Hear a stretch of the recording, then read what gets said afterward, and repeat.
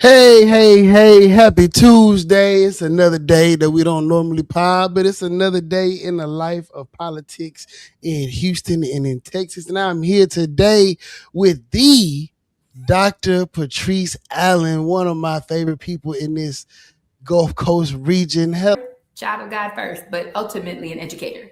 I'm a visionary, a creative, someone that takes sight and brings it to fruition. So, challenger, risk taker, just doing it all for the next generation. yeah, doing all the things. That's what I'm talking about. So, the question, right, that is surrounding this show, why are you running? Like, what's going on? Why am I running?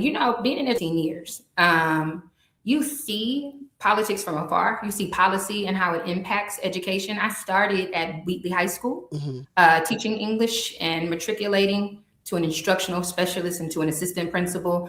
And as you go down a trajectory in an educator, you ultimately begin to see how policy impacts, right? Yeah, And typically, from where you sit in a normal traditional role in education, you feel like people are making decisions that impact you. And hmm, by the time it impacts you, you have no voice. yeah, And so for me, as I have grown in this route that's very unique to education, I feel like this is a moment for me to generate a conversation at the state level about how we're educating this next generation. The hmm, work that I do is so unique and so profound that I am doing a disservice to just keep it to where I'm currently at.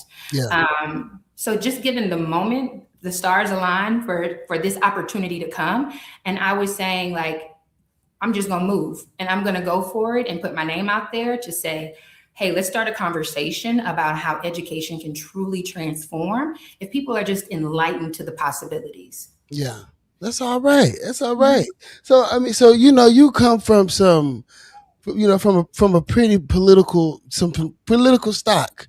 Like, has this, and I got some other friends who come from political families as well. Mhm. Is this something that you saw for yourself? Right. I know a lot of people might instantly assume like you was always gonna do this, but it's no. I don't think it's normally like that.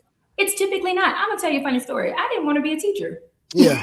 I knew my grandmother would call, for people that don't know, my grandmother is Dr. Allen, State Representative District 131. My father was on the State Board of Education for a multitude, over a decade. My Hmm. aunt is an HIV trustee. It's no secret, right? I am what you would call the Rebel Allen, right? Yeah. There's a standard in our family, and I'm going to either go around it or I'm going to surpass it. Yeah. So I was like, I wanted to be a doctor. So my grandmother put me in medical camps, did all the things so that I could just change the trajectory of an Allen. Yeah. But then I got to Baylor University and took biology, and I was like, that doctor title, that's Yeah. not going to come real, right? It took me until I was 18 to realize that that dream was deferred. Yeah. So end up graduating. I actually flunked out twice and graduated early. That's a whole nother level of resilience, What? right? Sick and bears. Shout out to you. But when I started teaching, it was almost innate. Like I didn't go through professional development. I went through an ACP program, and just the bloodline in me. Yeah. There's a natural talent that you have to be an educator. And so once I was in it, I was in it. Yeah. For me, Sunday dinners aren't just talking about what the week is. It's really strategizing about how I need to be in the know to make the decisions where I sit as an educator. Yeah. That's Mhm. all right. Like what? So going to Baylor, because I went to Prairie View, so I love to talk to people, especially Black people who went to PWIs. What was that experience like? I know because so now I'm pursuing my master's degree, my second master's degree. Why I'm doing this, I don't know. Maybe because it's free. Go And for it. in theology from Perkins Seminary School at SMU. So this is my first foray. Thank you so much. This is my first foray into the realm of the PWI. Right, I got my bachelor's degree at Prairie View. I got my first master's degree at Texas Southern. So I've, been very heavily inundated in the black college tradition. So I have no idea what the other side is like. Could you please give me a peek behind the veil as to what it is like to be a black person in a predominantly white institution? Okay. It's funny because we're the exact opposite. I went to Prairie View, but for my doctorate, Okay, okay. right? So Shout out, today, mhm. get a hand clap real quick. Oh, clap. You know what I mean? Church so loud. It was Yeah, ridiculous. I've had this conversation with a multitude of friends of mine. Like, you have to understand my whole educational journey to understand why that is profound, because I'm a product of HISD, but I was in what's called the Vanguard program. So most of my educational tenure were people, I was surrounded by people that didn't look like us. But then I ended up going to Jones High School, and it's in South Park. And it was Okay. the best 4 years of my life, right? Hmm. And so when I got to Baylor, I was kind of shell shocked because now I'm back in this environment that I once, just become unfamiliarized with. So to answer your question, I can give you this sense. PV is about family, Yeah. right? Upon me getting there with my cohort, everybody's sharing numbers. Everybody is, we're going to get through this together. We're going to go on this journey together. At a PWI, you don't have that sense, right? I had my friends, but I didn't have professors checking on me. I didn't have camaraderie. So that's probably a part of the reason I flunked out twice. I had friends. I had a friend that actually went to Baylor with me that was my friend since 6th grade. Yeah. It wasn't the environment I was used to, where people checked on you, people made sure you were good. The entertainment, was completely different. Met a lot of people, liked a lot of people there. It's just not familial. And with our culture, that's truly important. You would never think it is until you're not in it. Yeah. Where it's sink or swim, fight or flight. Yeah. And I fought my way through, changed my major 4 times. Both my parents went to Prairie View, right? Okay. Yeah. So it was just, I was given this instruction: you're gonna graduate from a PWI. But Yeah. if I had to choose again, I would have went to HBCU. So I really did. Now, the rigorous instruction prepared me for some of the environments I'm in now. You can't take away from that. Yeah. As you go up in leadership, you interact with people of different experiences and backgrounds, and that shouldn't be your first time dealing with them. When you have to make tough decisions, when you have to collaborate, when you have to have a meeting of the minds. So that is something I'm thankful for from Baylor University. But Prairie View, shout out to cohort 10. Like, I wouldn't be Dr. Allen if it wasn't for the individuals at Prairie View that invested time into making sure I was successful. Shout out to the Hill, making, look, you on Politics with Pan, and if it wasn't for the Hill, I wouldn't even be paying. This would probably be called, the show would still be called Christian in Focus, which is a dumbass name. It doesn't even sound good, honestly. I mean, I love my name. I think my mama did a great job, right? If I put my name on a job application, they gonna at least give me something.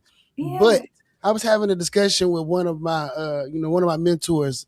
She's a retired educator, somebody I look up to a lot.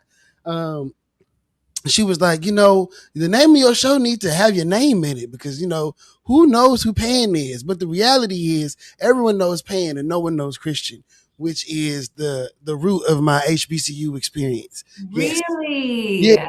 Yeah. Like, so when I started working in politics, and I tell people this a lot, like, actually, your father was the person who gave me the confidence to tell people that I was a consultant. So Tim, you and Tim are cousins. I don't know, like Tim Woods, like right. So Tim is close with your father. Okay. I was at something Tim was having. I don't know if it was at your dad's house. I don't know where I was, but it was Southwest somewhere, like over there. And I was just really getting into politics, and I was there with Tim, and Tim and I have been great friends since Prairie View. And I don't remember what he calls your dad, but his uncle something that starts with a B. Bunky, or maybe that's it. It's But baby. right, so he was like, "This is my uncle," and it wasn't. This is Mr. Lawrence Allen, right? It wasn't that. It was very much so a nickname. Mm-hmm. Um, and I think this was around the first time that I don't know how many times your father's run, but I know he was running for something at this time. Mm-hmm. And we sat down on the back porch, and him and I were talking. And he was asking me, what I was doing, just getting to know me. And I told him that I wanted to get into political consulting, but I was nervous because I had never done it before. And, I felt like I was going to get shunned. People would be like, "Oh, you young, you don't know nothing, blah, blah, blah, blah." Yeah. Basically, like, F them people, they don't know. Basically. I'm with him. Like, hey, I do this. And the very next day, I went and told somebody, hey, I do this, and they gave me some money. So shout out to Mr. Lawrence Allen for pushing the youth to do great things. Yes, yes, yes. This is Yeah, totally no, wrong. funny story how small Black Houston is. You Mm-hmm. never know. Like all these years later, I'm on this platform with his daughter, with one of the people who gave me some of the most profound advice in my life. It's Oh. Yeah, no, for sure. It's an amazing thing. Like it's Blackness. I love it. No, it's mutual. It's mutual. Right? It's so good. I mean, and your dad's a cool guy. So, Mm-hmm. so as a mom, right, you have three wonderful children. Mm-hmm. Mm-hmm. You are a big dog with HISD. You're a community servant. Shout out to you also being my counterpart on the HBAD board. You do so many things. How the hell do you do all of this? And now you're a candidate. Look, I've always believed that God, Hmm. right? Sometimes when I'm laying out like what are my priorities for the week, everything that I have my hand in, everything that I'm doing, it seems impossible.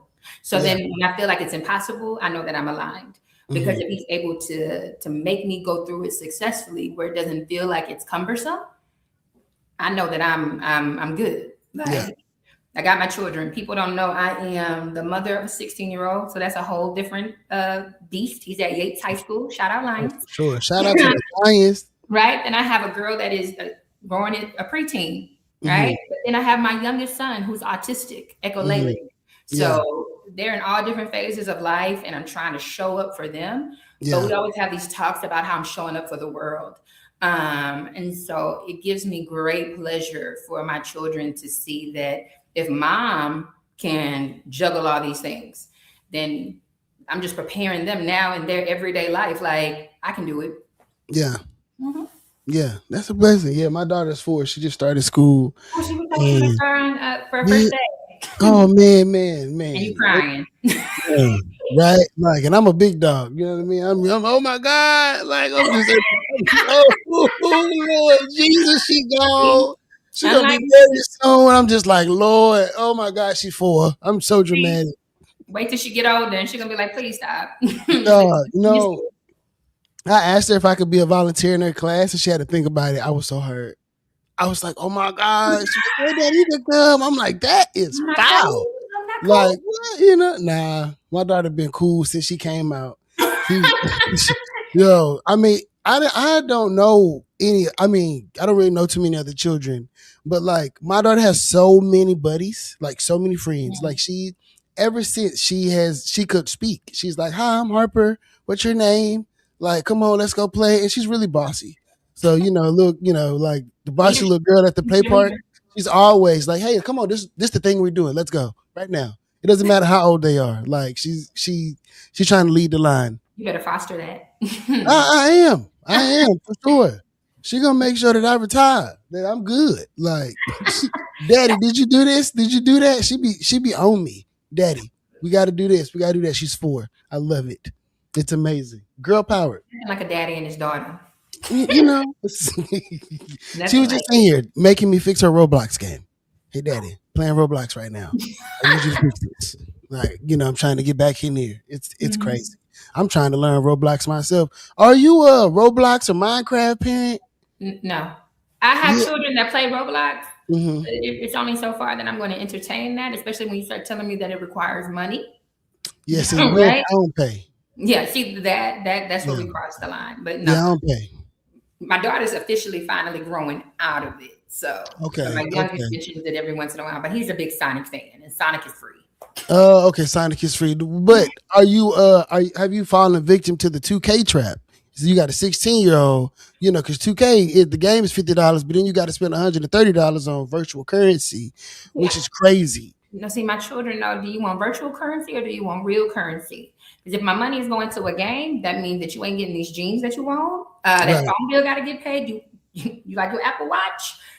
So I haven't fallen victim. My son does play video games. Yeah. He does have the system and he plays 2K. He plays a lot of video games. But my son is very financially aware to say, if I ask her for something, it better be something because I can't come back for too many times. That's a blessing. So tell everybody, what exactly do you do with the Houston Independent School District? Like how does your work impact the thousands of children that attend schools in HISD? Well, currently, I'm a director of special programs. Mhm. I am the surveyor and supporter of a department called Student Experiences. And just to take it back so people can understand how I got here, because what I'm going to say is truly unique. Was a teacher for 8 years, instructional specialist for 4 years, an assistant principal for 1 year. Then I became the senior manager of the G Unity Business Lab. And the G Unity Business Lab is an entrepreneurial education program Mhm. that I do in partnership with 50 Cent. Yes, Yeah. Curtis Jackson, where we actually teach students after school in high schools. We've actually grown to 6 high schools, talking about expanding to more, where they actually present their businesses throughout the year. It's a 28-week program in effort to seek funding to support their business ideas. And Yeah. so these children are hired throughout the year to prevent them from battling between, do I get a job to support my family or do I actually invest in myself? Yeah. So from there, I became a director of student experiences.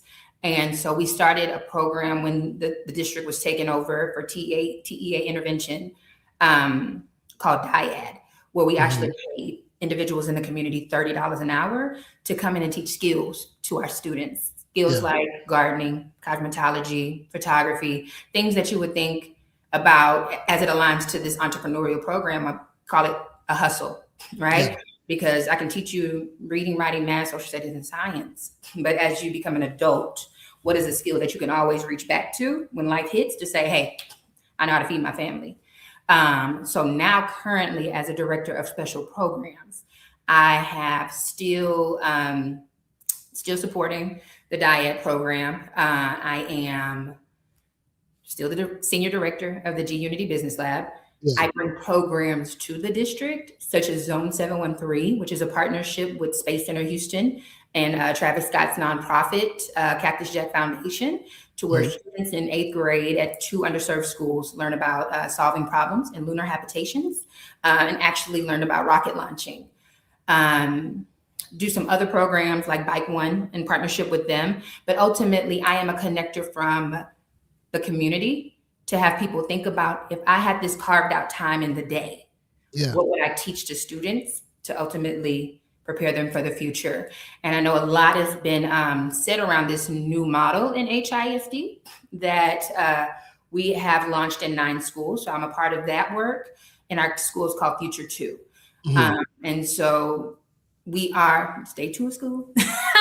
But imagine a school day where half of it is centered around high quality instruction, rigorous academics, uh, art of thinking, reading, math, and then for the later part of the day, you have experiences. Yeah. So that's a new curriculum, new entity where students are doing experiences that align to competencies such as values based action, building perspective, emotional intelligence. And then I have the wonderful opportunity to align that to an offsite experience to where they get to experience those type of skills out throughout Houston. That's And so cool. yeah, we do that for 9 schools this year. So my work is a combination of that. So imagine my time management skills, crazy, right? So even though this is day 2 of launching that new model, we are still preparing for student interviews for Zone 713. We're preparing for student interviews for G Unity Business Lab. I see names. And I am also entertaining other partners in the city of Houston that have said, like, hey, I want a program like that. Can you help me think about the possibilities? Yeah, Yeah, that is what I do as a director of special programs. I bring that's programs all right. to my leadership, and they pretty much okay everything, but I am the brains behind making visions come to life. Well, that's all right. Well, yeah, thank you for your service.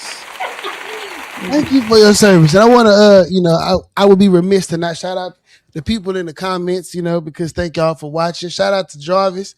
Jarvis know everybody. You know Jarvis Bartholomew? We went to middle school together. Yeah, Jarvis my partner. I Really? told you, yes, it is. If you black in Houston, like literally, like if you, in Houston proper, right? Everybody who live, if you live in Spring, and this is me, I'm an out of towner, right? So Mm-hmm. say what you want. But if you don't live in Houston proper, if you live in Missouri City, you live in Spring, you live in Humble, like, y'all live out of town. You're out of town, basically. You're not Y'all are in out of town. metro. You're not in the Yeah, city. you know what I mean? Like, it's nothing but love. Y'all can tell people out of town that you live in Houston, but we know the truth, right? Like, That was y'all, something that was the experience of PWI at Baylor. Everybody was like, "I'm from Houston," and I'm yeah, like, and they be from Sugar "Katie." Land. Okay, hold Hate on. it. It used to be the woods between Houston and Katy, and now they got buildings.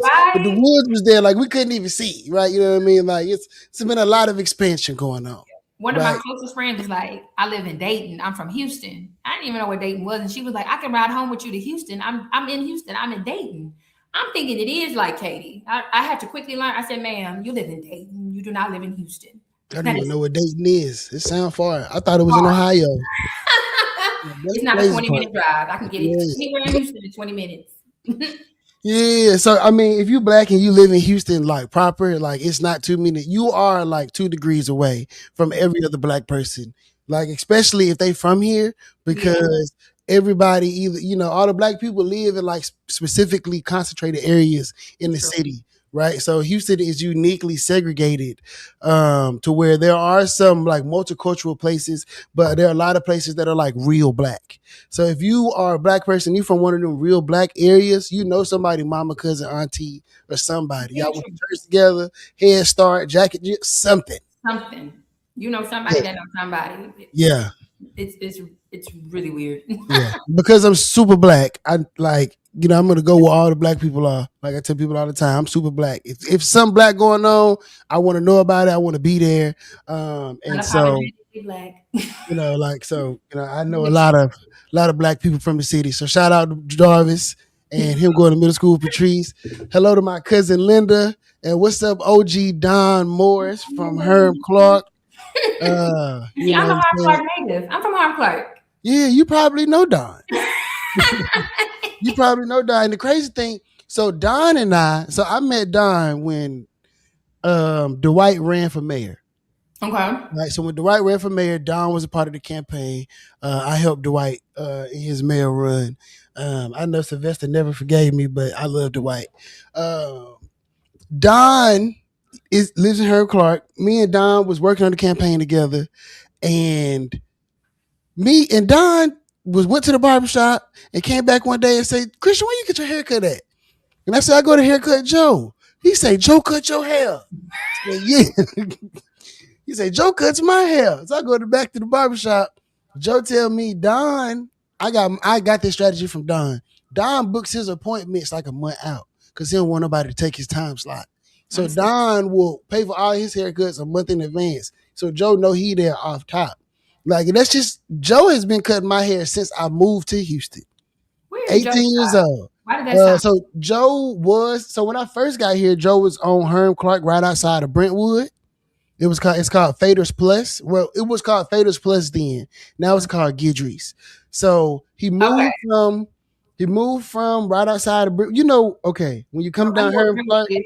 Mm-hmm. they built that new gas station on Herm Clark right before you go into Brentwood. Mm-hmm. Mm-hmm. So there's People that are that further down. little there's that Mm-hmm. little shopping center where there was a laundromat and stuff, and like there was a hair stop. There's like a Spanish church on the corner now, but it's right before you get to that storage facility on Herm Clark. It's like right in between the gas station and the storage facility. This down by Right? Popeyes or this down by No, 90? down by 90. This is down by 90. So he was down by 90 at first. Then he moved off of Anderson. Okay. He was over there off of Anderson Road for a while. Then COVID happened. Then he went and built a barbershop in the back of his house because we all had to be isolated. I It see was it. really nice. Gotta And learn how to now he learn. is off of the Beltway and Fondren. And the barbershop is called Guidry's because his name is Joseph Guidry, aka Haircut Joe. See, I think I know Joshua Guidry. Well, now I don't know. That might be because they light skin. Hey, you cut hair over there by Red Rooster. I don't know. That might he might be related to Joe, but Joe is Joe or Herm Clark. You know, Herm Clark, OG, like legend, slab legend, neighborhood guy. Like he been around for a long time. You know, everybody from the community. It Hmm. happened. Him and Don and I get our haircuts from Joe. That's why we always have nice taper fades. Well, pleasure to see you, Don. Fun Houston fact. Fun Houston fact. So, back to the education piece. So you've seen public education from the inside. Like you know how this works. Like you know how this machine works. How do you feel? What do you feel about the state of public education right now? I feel like it's the reason why I'm running. It's a conversation that needs to be had. Hmm. This generation is not the same. Yeah, Okay. After COVID, their internalization, um, the wherewithal, it's just the attention span. Everything is different.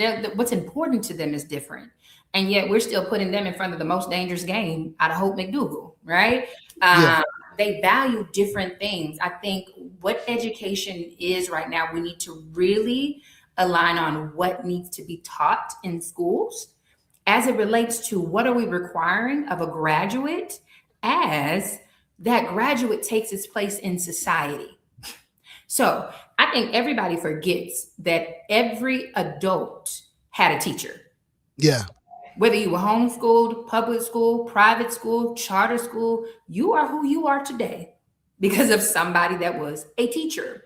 yeah, And so, with that being such a precious entity of we are making the next societal changes by what we instill in children, the state that really is the conversation is teachers and how they're treated and how they're supported and how it's very hard to retain them because of that catch 22 about this is the budget to pay them, but this is the amount of support they get with children that they are forced to teach these inundated teaks and yeah, methodology of teaching these students that is really like a battle, yeah, right? So you're not having people just sign up at any university like a multitude of people just trying to break down the doors to the School of Education. yeah, But if you start to give people insight to the routes you can take as a teacher, yeah, I couldn't say that I ran Curtis's program if I wasn't a teacher.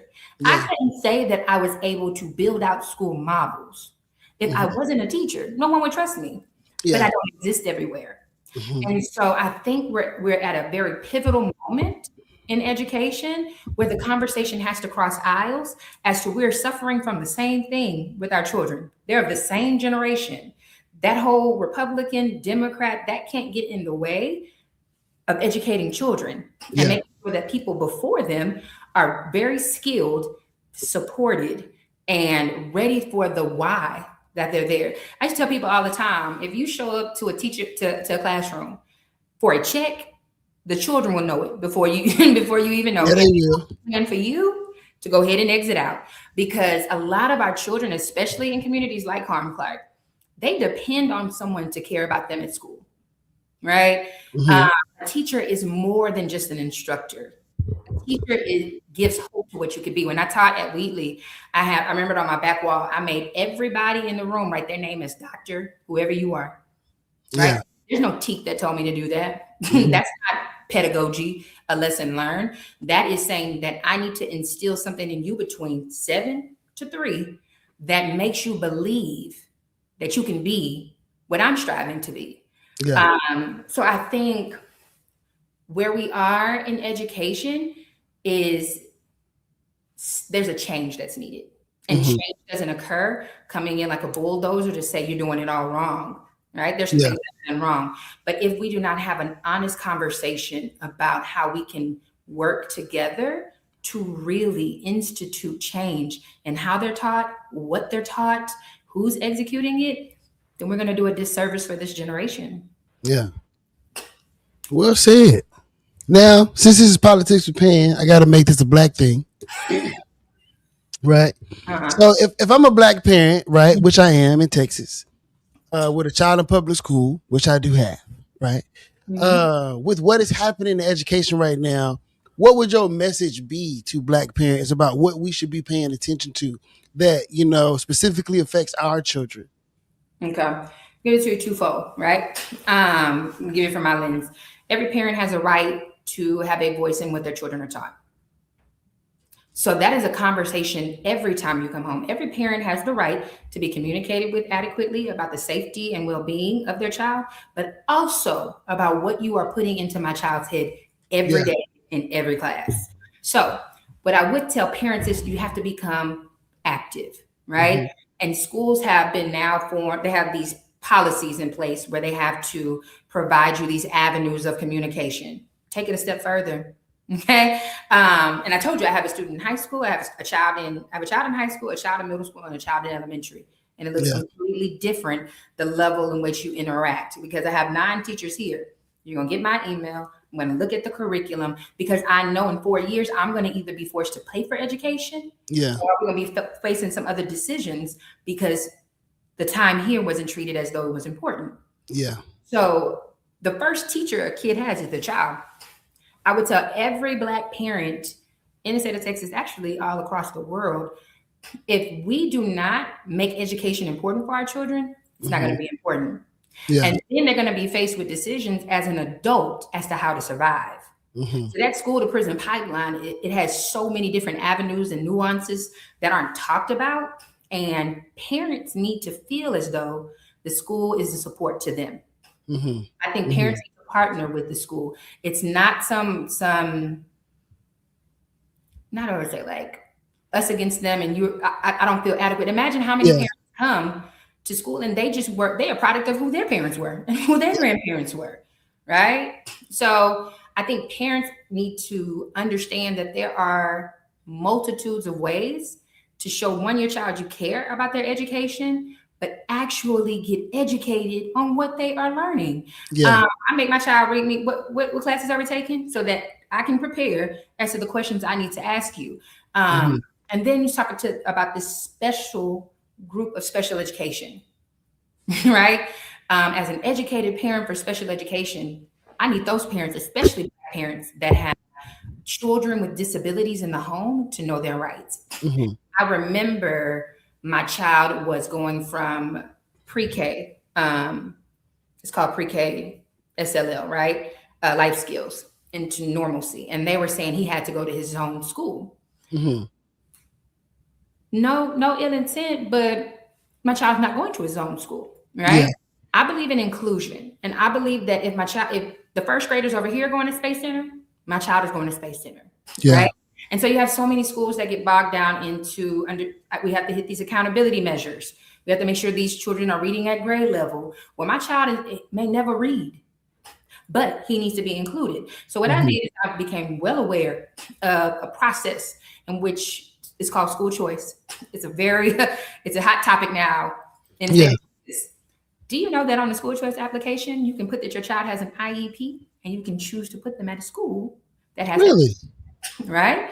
And so it's it's knowing those things that allow me to advocate for my child to say, I want to take a tour of this school. I would like to see the instruction prior to me bringing them here.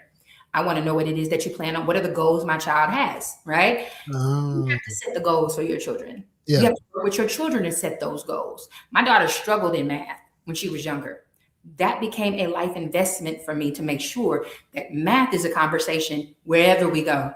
Yeah. Right? If it's at the grocery store, if it's here at an event with me, she is doing something where she's working numbers because I'm her first teacher.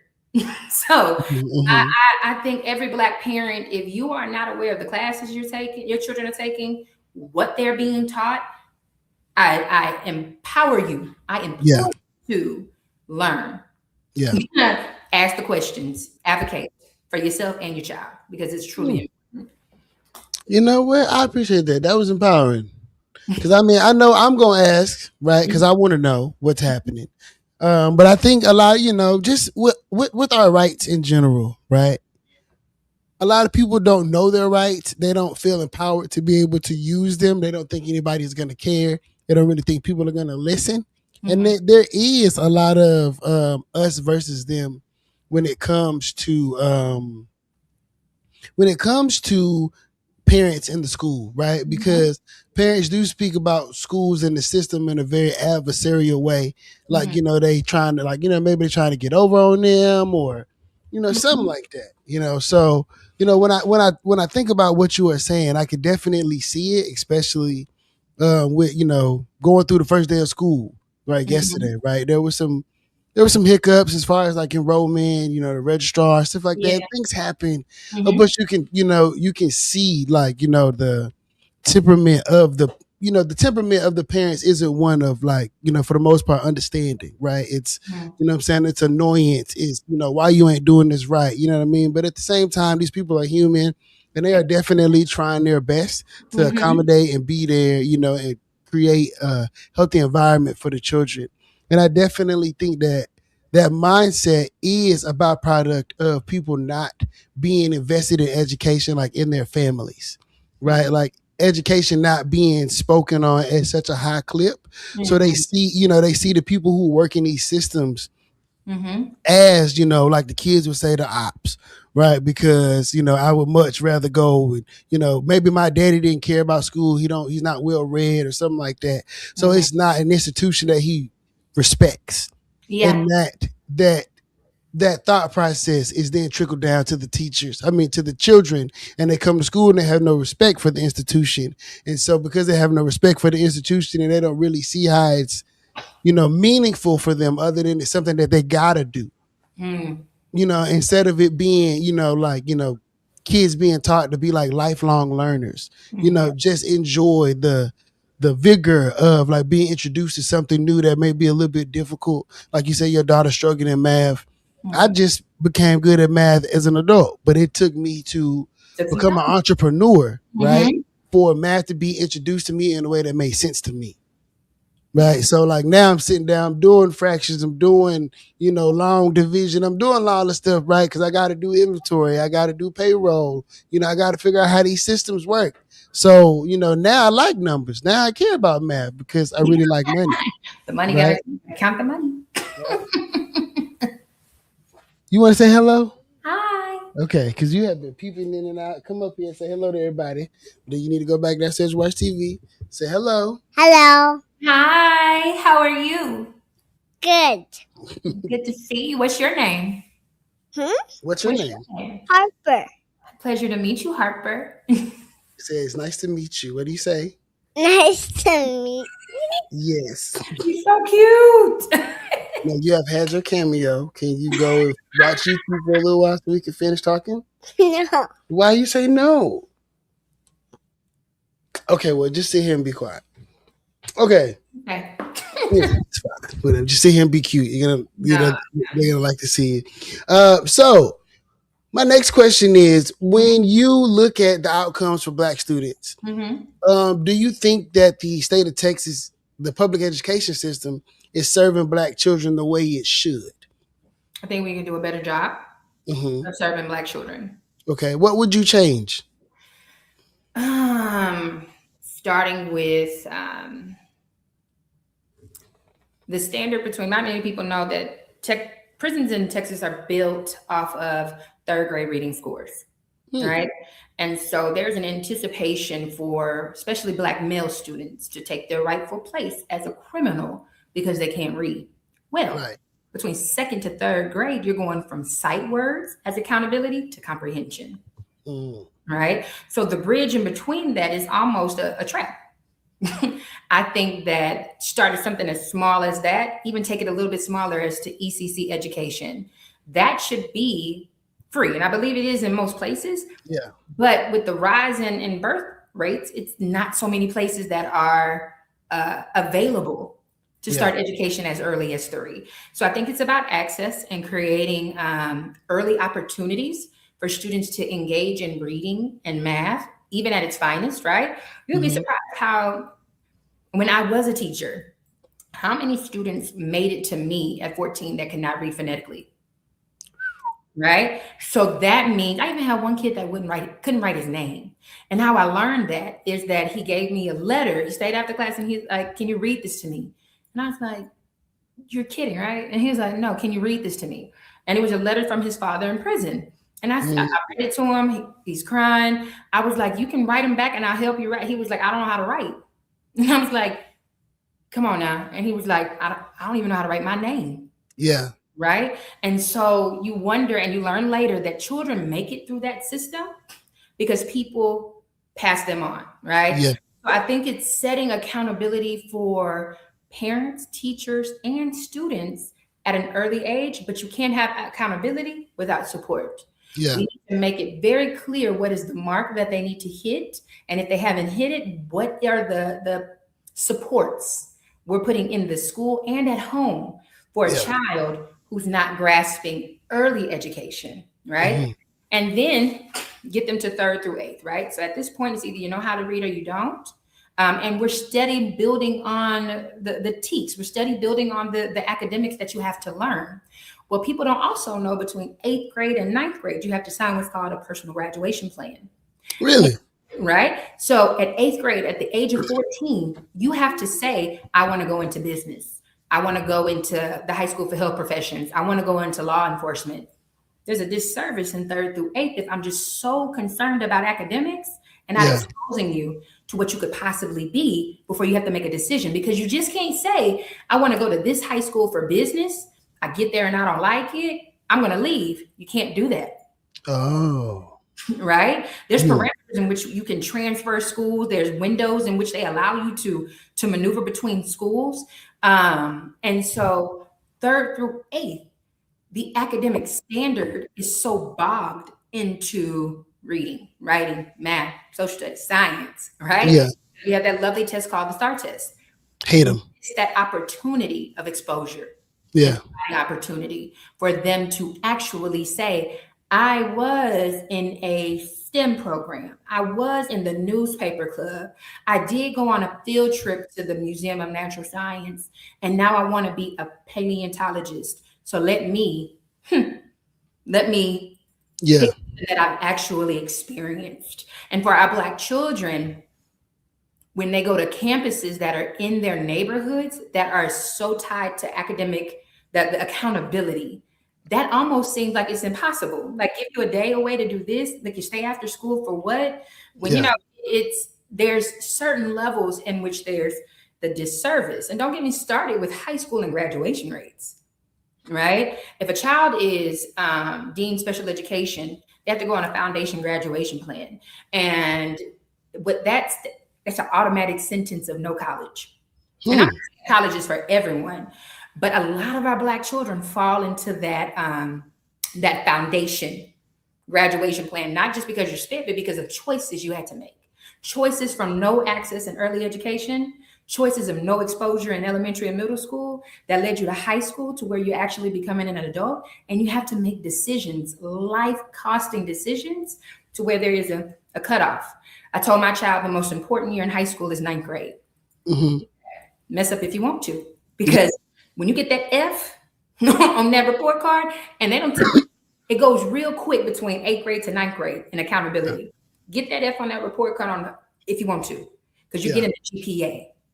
So by the time you become mature, if life allows you to, right? I do put a lot of cushion around my children to where they don't feel a light of life, but every Black child can't say that. Yeah. Right? Every child doesn't have a home with lights to go to. Every Hmm. child doesn't have the possibility of not getting a job. You have parents that you're gonna work as soon as you turn 16, Yeah. right? Yeah. My child's job is school. Mhm. So with that, when you become a senior and you finally see the end, Yeah. you sometimes have to deal with your consequences from freshman year. At Mhm. 14, you have to be so mature to make straight A's. Yeah. And so it's really, and that's when parents are the most pivotal, You can't take your hands off of a 14 and 15-year-old thinking that they can be independent. They can really mess up their life. Yeah. So my options, whether it is military, you got to pass the ASVAB, you got to pass a physical education test. Whether it's college, I have to actually have a certain GPA and pass an SAT test. Or whether it's going into the workforce, you have to be able to have a resume. You have to be able to present yourself. You have to actually be an adult and display skill. Black children are going through this system, and we as a society are doing them a disservice to say, just show up to do reading and math. Yeah. Show up to do reading and math. And this person, right, they're just going to be held accountable to just do reading and math. Social studies, science, right? Get you right a little bit. It's the whole child that we have to take into account for Black children. I ain't gonna get into the systemic issues that our people face. But you ever heard that term at risk? Yeah. What does that mean? Doctor, at risk it's 9 elements that actually deem you at risk. If you were incarcerated, if you're pregnant in high school, if you failed 2 or more grades, things like that, right? Okay. Shout out to Lakeisha Vaughn Henson, who's in Pearland. We were in our cohort together for PV. She gave me this term. She said, Patrice, school students are at risk. They're school dependent. Okay. Right? There's some things going on in my life outside of school that have generated these notches under these qualifiers that say I now depend on this school to give me what I need to take my rightful place in society, to where I'm not resorting to crime. And I say resorting to crime because that's about decisions. Yeah. It's about survival, especially when it comes to our people. Mm-hmm. Right? A lot of our people ain't out there maniacs, serial killers. Most people, I'm going to go steal to go feed myself or my family. I'm going to go commit this crime because I'm facing a decision where I have means and needs and they're not being met. And I wasn't set up educationally to change that for me. Yeah. So I do think, you can't just say it's all children. I mean, because children have access, children have opportunity, and children have means and guidance. But I think as Black people, when you start to say, break it up in those categories. Yeah. Think of it as just K through 12. Our children need some real transformation in just what I said: access, opportunity, guidance. Yeah. That we can begin to close that gap even further for them. Okay. You know what? You've been getting a lot of these today.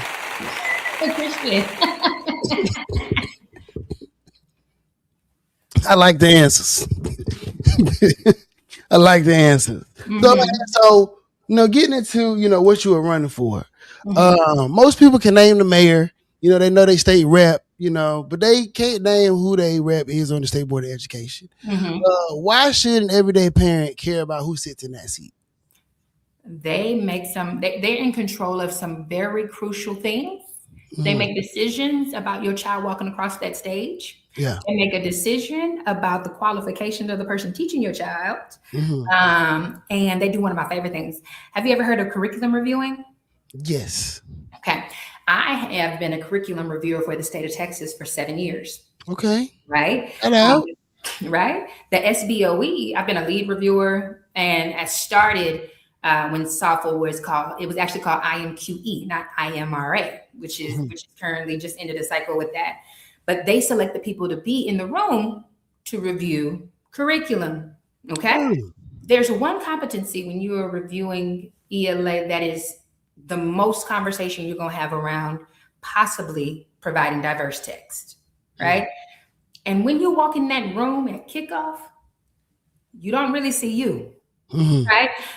SBOE determines the individual set forth with the mission to decide what instructional material goes before your children.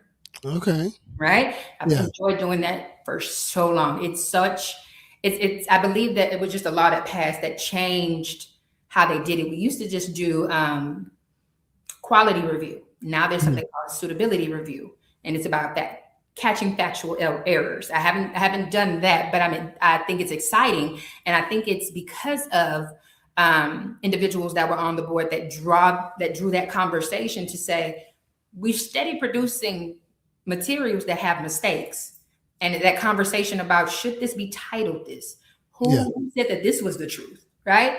Mhm. So that's what they do. They also control the permanent school fund. So ultimately, why you should care, whether you're a parent or not, you are impacted by every individual in Mhm. society who's impacted by a teacher. So the Yeah. State Board of Education convenes to set forth to make the standard in which schools are impacted. Schools are pillars in their communities, right? Yeah, they are. Right? People think that because you don't have a child that you're not impacted by the school. You are. You are absolutely impacted by the Yeah. school. So I think if people understood the decisions, it seemed like it's something that is a catch-22. They go to school 4 years and they graduate. No, my love. 4 Yeah. years of English, 3 years of math, 3 years of science. You know, why are we still doing government and economics as 2 semesters in the senior year? There's so many different things that they can be studying in the senior year. They're now being forced to do financial literacy. They're now being forced to do AI, right? And you have some Yeah. people saying they need to be learning different. They are. Right? We're in the midst of districts being forced to implement things, but we're not driving that conversation. Yeah. It's one thing to say you got to do financial literacy and AI. That's a check. How are we doing it? Yeah. Are we doing AI ethics? Yeah. Right? Or what level of financial literacy are we doing? That's entrepreneurship, but that's also stocks and exchange. That's also bare basics on how to maintain a budget in your household so that you're not forced to make poor decisions to feed your family. You know what I'm Right. saying? Yeah. So what's going before those children is truly crucial. People see the board trustees in the district as Mhm. the politicians that man what the district is doing. They are implementing the policy that the Yeah. State Board of Education said. Mhm. They work hand in hand with TEA. Yeah. They get it from legislators when they pass their bills and their laws around education. But these are the policymakers as to whether your child will be successful or not by the standard. Hmm. Mhm. Okay. Well, if you did know, now you know, and the more you know. So if you didn't know, you know that when you see SBU in your ballot, these are the people who will be making crucial decisions. Mhm. Uh, as to the things that will decide whether they walk across the stage or not. Which that's a huge deal. I mean, I graduated in Japan, so it was a yeah. That's hence the name Pan. Got it. Yes. Yeah. Okay. Yeah. Went to Prairie View freshman year. Everybody meeting up. Where did you come from? How did you get here? I just flew here from Japan. Everybody was from Houston, Dallas, Waco, maybe Mhm. California, stuff like that. Now I'm originally from Virginia, but I'm a Gotcha. military brat. I So was I at graduated military. at yeah, huh. I Okay. graduated from Nasi Kinnick High School in Yokosuka, Japan. So I didn't have to take. And then before I went to Japan, I went to high school in California. So Man, you've gotten all kinds of different variations in education. yeah, for sure. So in California, you don't in high school there's no you don't have to take a standardized test or anything. Mm-hmm. Like there's an exit exam, but that's about it. But I stopped taking standardized tests I think when I left Texas. I think that was like in the 6th grade. Mm-hmm. I don't think I took another standardized test again. Mm-hmm. And then when I got to Japan, it was just pretty much go to school, get good grades, and you can graduate. It wasn't very rigorous, Mm-hmm. kind of straight through. So I mean, my educational experience for what I've seen, and the kids that I taught when I was in HISD is drastically different. Mm-hmm. Just the things that they are forced to focus on and pay attention to, learn. Even when I was teaching the teaks, I hated them. Hated the teaks. So Well, I was how did you even recognize it as a child? like, Right. well, I know going to school. So when I went to school in Virginia, like my grandma, like your grandma, I'm gonna put you in this, I'm gonna put you in that.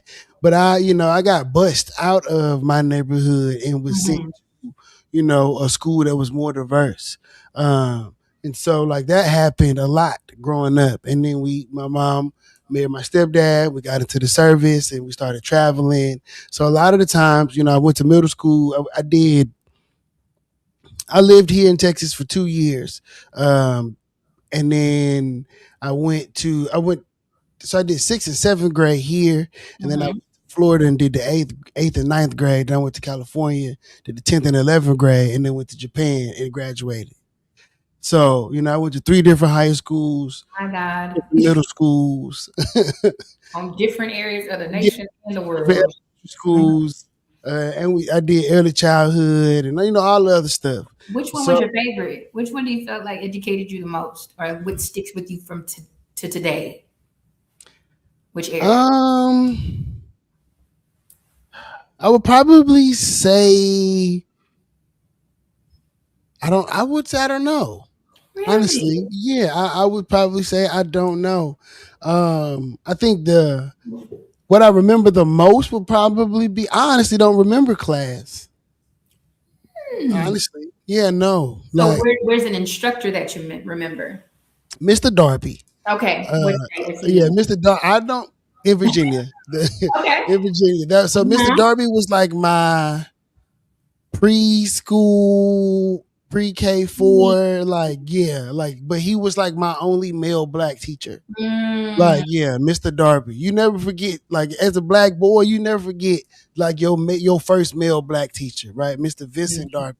I mean, I kept up with Mr. Darby until God rest his soul, till he passed. mm. Like yeah, no, Mr. Darby was that guy. Like if Mr. Darby was your teacher and you from Norfolk, like you grew up, like you went to St. Helena, like Mr. Darby. And Mr. Darby was that guy. Like everybody. I mean, I rarely talk to any of my classmates from back in the day. Like we still friends on Facebook and stuff like that.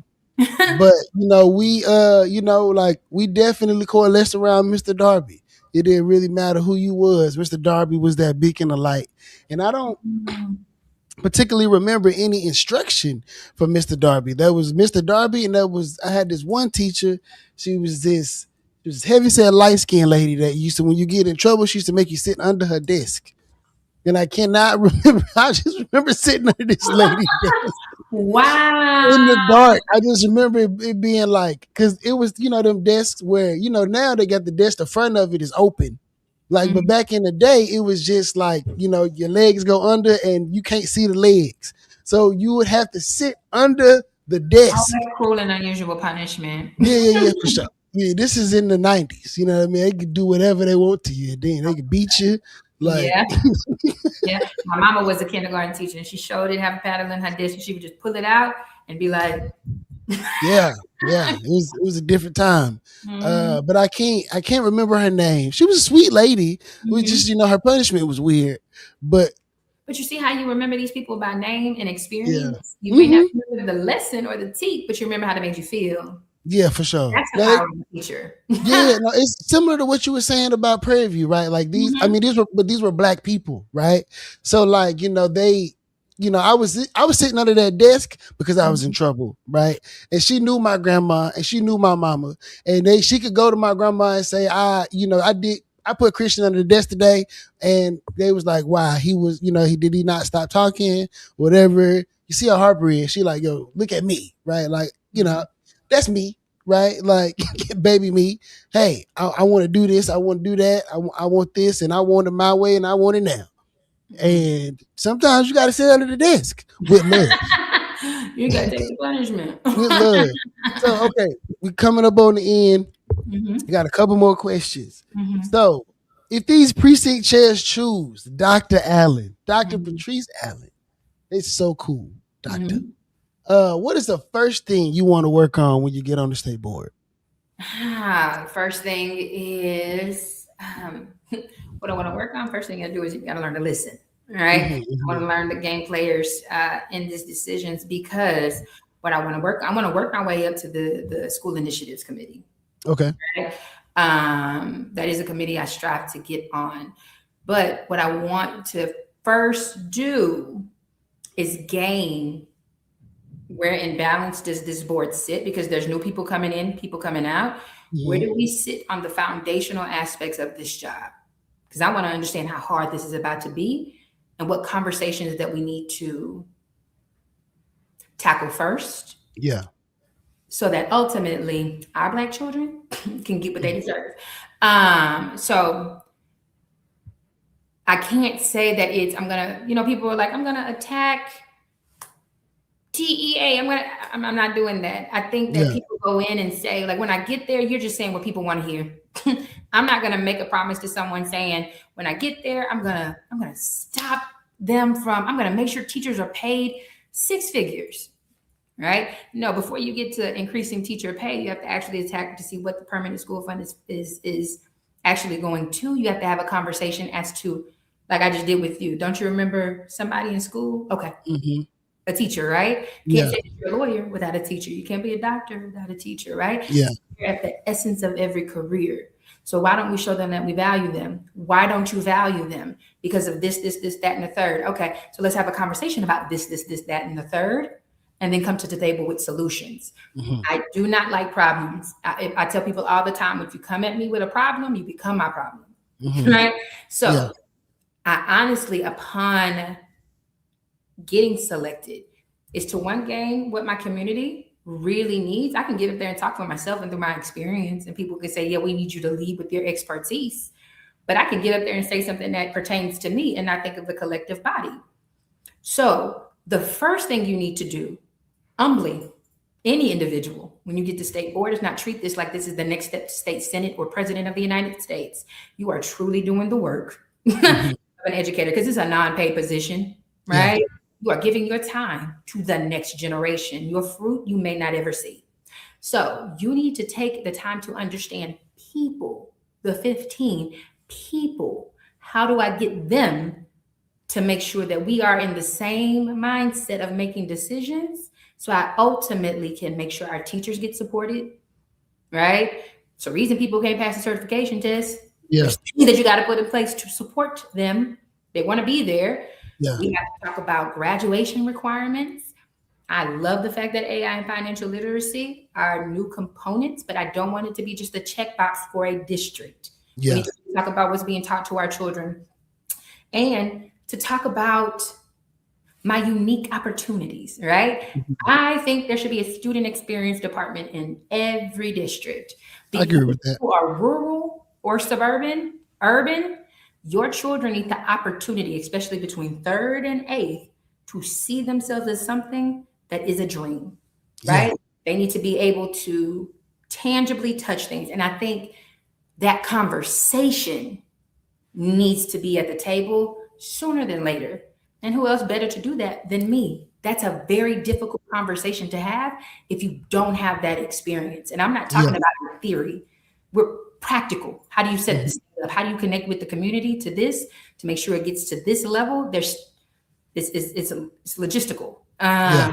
So to answer your question, you got to get in there and first learn, Right right? on. Get a clue bomb. Mhm. I'm gonna give you a clue bomb for that. Yeah. Yeah. Yeah. I like that. Yeah, I'm not trying to make no promises. I like that. Yeah.